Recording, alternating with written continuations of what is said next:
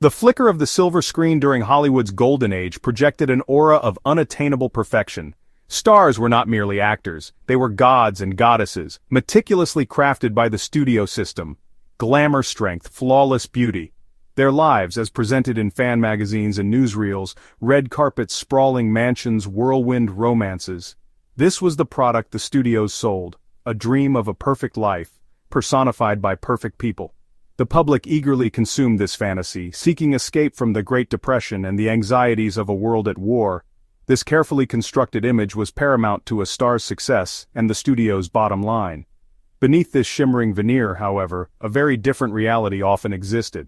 The same studio system that built these stars into icons demanded an almost inhuman level of resilience and professionalism. Production schedules were relentless, the pressures immense, the expectation of perfection was absolute. There was no room in this star machine for human frailty, for sickness, for personal struggle. Audrey Hepburn remains one of the most enduring symbols of elegance and grace in cinematic history. Born in Belgium, she survived the hardships of World War II in the Netherlands. Her delicate beauty and innate talent propelled her to international stardom, with her breakout role in Roman Holiday, which earned her an Academy Award. Sabrina, Funny Face, Breakfast at Tiffany's. She was not the bombshell blonde of the era, but a gaming, sophisticated figure whose style and poise became legendary. In 1959, Hepburn took on a challenging role in John Huston's western The Unforgiven, a serious drama about racial intolerance on the American frontier. It was a departure from her usual light-hearted romantic comedies. It required her to perform physically demanding scenes including extensive horse riding. At the time, Hepburn was happily married to her first husband Mel Ferrer and was secretly and joyfully pregnant with her first child. She had previously suffered several miscarriages, making this pregnancy particularly precious. She was determined to see it through to term while still fulfilling her professional obligations. The production was physically grueling, filmed on location in the rugged terrain of Durango, Mexico. Despite her delicate condition, Hepburn insisted on performing many of her own stunts, including the riding sequences. She was an accomplished horsewoman, but the combination of the demanding shoot and her pregnancy created a precarious situation. She worked long hours under a hot sun, all without revealing her condition to most of the cast and crew. Her focus was absolute. Tragedy struck on January 28, 1960. While filming a scene, the horse she was riding suddenly reared and threw her, sending her crashing to the ground. The fall was severe, resulting in 4 broken vertebrae in her back and a sprained foot. The physical trauma was devastating, but the emotional blow was even greater. A few weeks after the accident, while recuperating, Hepburn suffered another miscarriage. The loss was a profound heartbreak. The aftermath of the accident was a period of intense physical and emotional agony for Audrey Hepburn. She was fitted with a steel back brace and a leather back brace, cumbersome and painful, one she would have to wear for months. Production on The Unforgiven was halted for several weeks, a costly delay that added to her feelings of guilt. When she finally returned to the set, she was a changed woman. The radiant energy that often defined her was overshadowed by hidden grief and the constant grinding pain from her back injury. The custom-made brace, worn under her period costumes, was a constant, secret reminder of her loss and physical fragility. Despite her immense suffering, Hepburn's professionalism never wavered. She returned to work with a quiet determination that astounded her colleagues. Director John Huston, her co-stars including Burt Lancaster, but the studio machine required the film to be finished. Hepburn pushed through the pain, delivering her lines and hitting her marks with dedication. To mask her back brace, costume designer Dorothy Jeekins had to cleverly redesign her wardrobe. Scenes were often reblocked so Hepburn could sit for support or lean against something for support. These subtle adjustments were unnoticeable to the audience but essential for her to continue.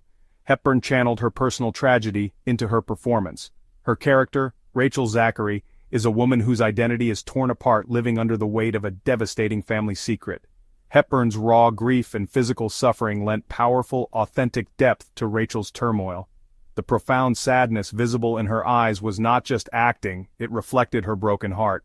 This painful convergence of art and life is what makes her performance so hauntingly effective. Brief.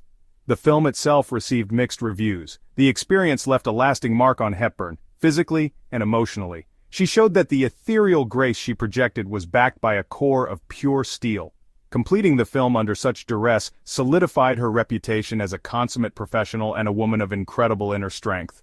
Spencer Tracy was the actor's actor, a titan of the Golden Age revered for his naturalistic and understated performance style. With a career spanning 4 decades, he was one of the most respected figures in Hollywood, earning 9 Academy Award nominations for Best Actor and winning 2. Tracy projected an image of gruff, dependable, and thoroughly masculine integrity in films like Captain's Courageous, Boys Town, Father of the Bride. He eschewed the trappings of Hollywood glamour, preferring to let his work speak for itself. His long-term off-screen relationship with Katharine Hepburn was one of Hollywood's most famous open secrets, a partnership built on deep mutual respect and affection. By the mid-1960s, Tracy's health was in a steep and irreversible decline. A lifetime of heavy drinking and smoking had taken its toll. He suffered from severe emphysema, heart disease, diabetes. He was perpetually short of breath, easily fatigued, and in constant physical discomfort. His final film, Guess Who's Coming to Dinner, was a project he was deeply passionate about, but doctors warned he was too frail to undertake it. The story, an examination of interracial marriage, was a powerful statement he wanted to make alongside Hepburn. Columbia Pictures refused to insure him for the production. Katharine Hepburn and director Stanley Kramer agreed to put their own salaries in escrow. Their combined salaries would cover recasting and reshooting if Tracy couldn't finish. The gesture showed their belief in Tracy and the film's importance. On set, Tracy's frailty was a constant, unspoken concern. He could only work a few hours each morning. The production schedule was arranged around his needs. Kramer often filmed Tracy's coverage first, using long, uninterrupted takes before Tracy grew too exhausted. Hepburn was a constant guardian at his side.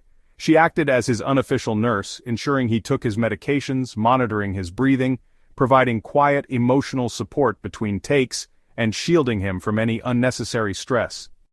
Vivien Leigh was a star of incandescent beauty and ferocious talent.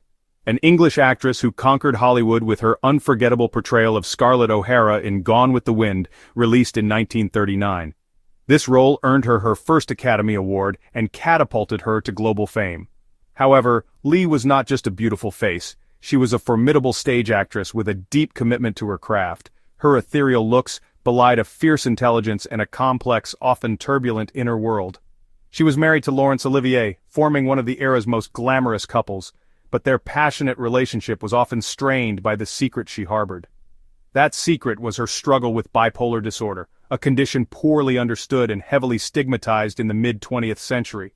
Leigh experienced extreme mood swings, oscillating between frantic, manic energy and debilitating severe depression. These episodes were unpredictable and hard to manage, making life on a high-pressure film set especially challenging. In addition, Leigh was diagnosed with tuberculosis in the mid-1940s, a chronic respiratory illness that left her physically weakened. In 1951, Leigh was cast in the film adaptation of Tennessee Williams's A Streetcar Named Desire, reprising Blanche DuBois, a role she'd already played to acclaim on the London stage. Blanche is a fragile, fading Southern belle who descends into madness under brutal pressure.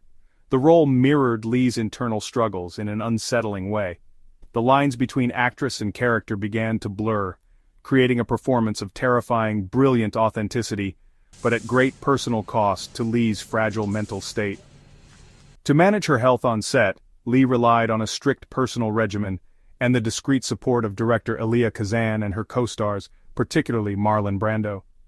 Kazan knew of her difficulties and handled her with sensitivity and professional demand, recognizing that her turmoil fed her brilliant performance. James Dean was not just an actor, he was a cultural explosion. In a career of only 3 leading film roles, he embodied teenage rebellion and existential angst. His brooding intensity, his vulnerable, naturalistic acting honed at the Actors Studio in New York, it was a radical departure from the polished performers of classic Hollywood. East of Eden, Rebel Without a Cause, both released in 1955, he captured a restless, misunderstood youth and became an instant, electrifying star. His image, the red jacket, the cigarette, the soulful stare, became a symbol of cool defiance. Beneath the rebellious exterior, however, was a deeply sensitive and troubled young man. Dean was plagued by a profound sense of melancholy and what many now believe was undiagnosed clinical depression. His mother's death when he was 9 left a deep, unhealed wound, and he often felt like an outsider, isolated and misunderstood. This inner turmoil fueled his brilliant performances, but it also manifested in self-destructive behaviors. He was known for his reckless driving, his volatile moods, and a pervasive fascination with death. He often told friends he didn't expect to live past the age of 30. During the filming of his final movie, Giant, released in 1956, Dean's erratic behavior and underlying sadness were on full display. The epic Texas saga, directed by George Stevens, was a massive production. Dean often clashed with the veteran director's meticulous, old-school methods. He would show up late, mumble his lines, and engage in unpredictable improvisations. James Dean's performance in Giant is a testament to his unique and troubled genius. He channeled his feelings of being an outsider into the character of Jet Rink, the resentful ranch hand who strikes it rich. The film required Dean to portray Jet over several decades, culminating in a scene where Jet is an elderly, drunken millionaire who delivers a pathetic, rambling speech to an empty ballroom. To prepare, Dean reportedly got genuinely drunk, wanting to capture the authentic despair of a man who had gained the world but lost his soul. The result? Heartbreaking realism. A powerful final act from a meteoric talent. Tragically, Dean would not live to see Giant's release or its fame. On September 30, 1955, shortly after finishing the film, he was killed in a car crash at 24. His death cemented him as a mythic figure, forever young, forever rebellious.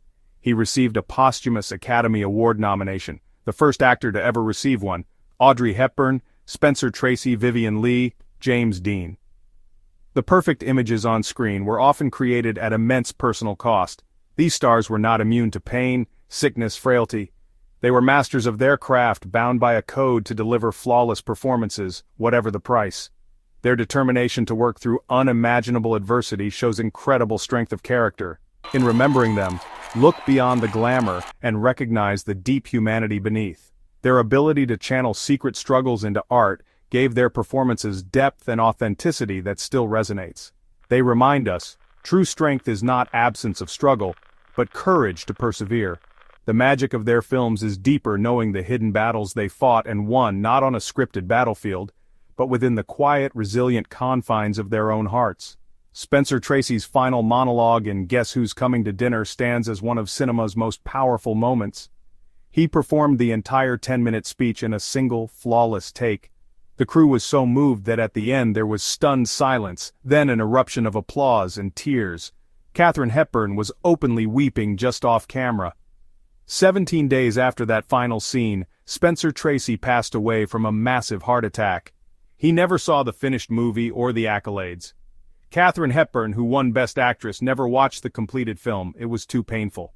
Tracy's last act was pure artistic integrity, a final gift and a testament to his quiet strength. Vivien Leigh's legacy is in flawless performances and the unseen strength behind them.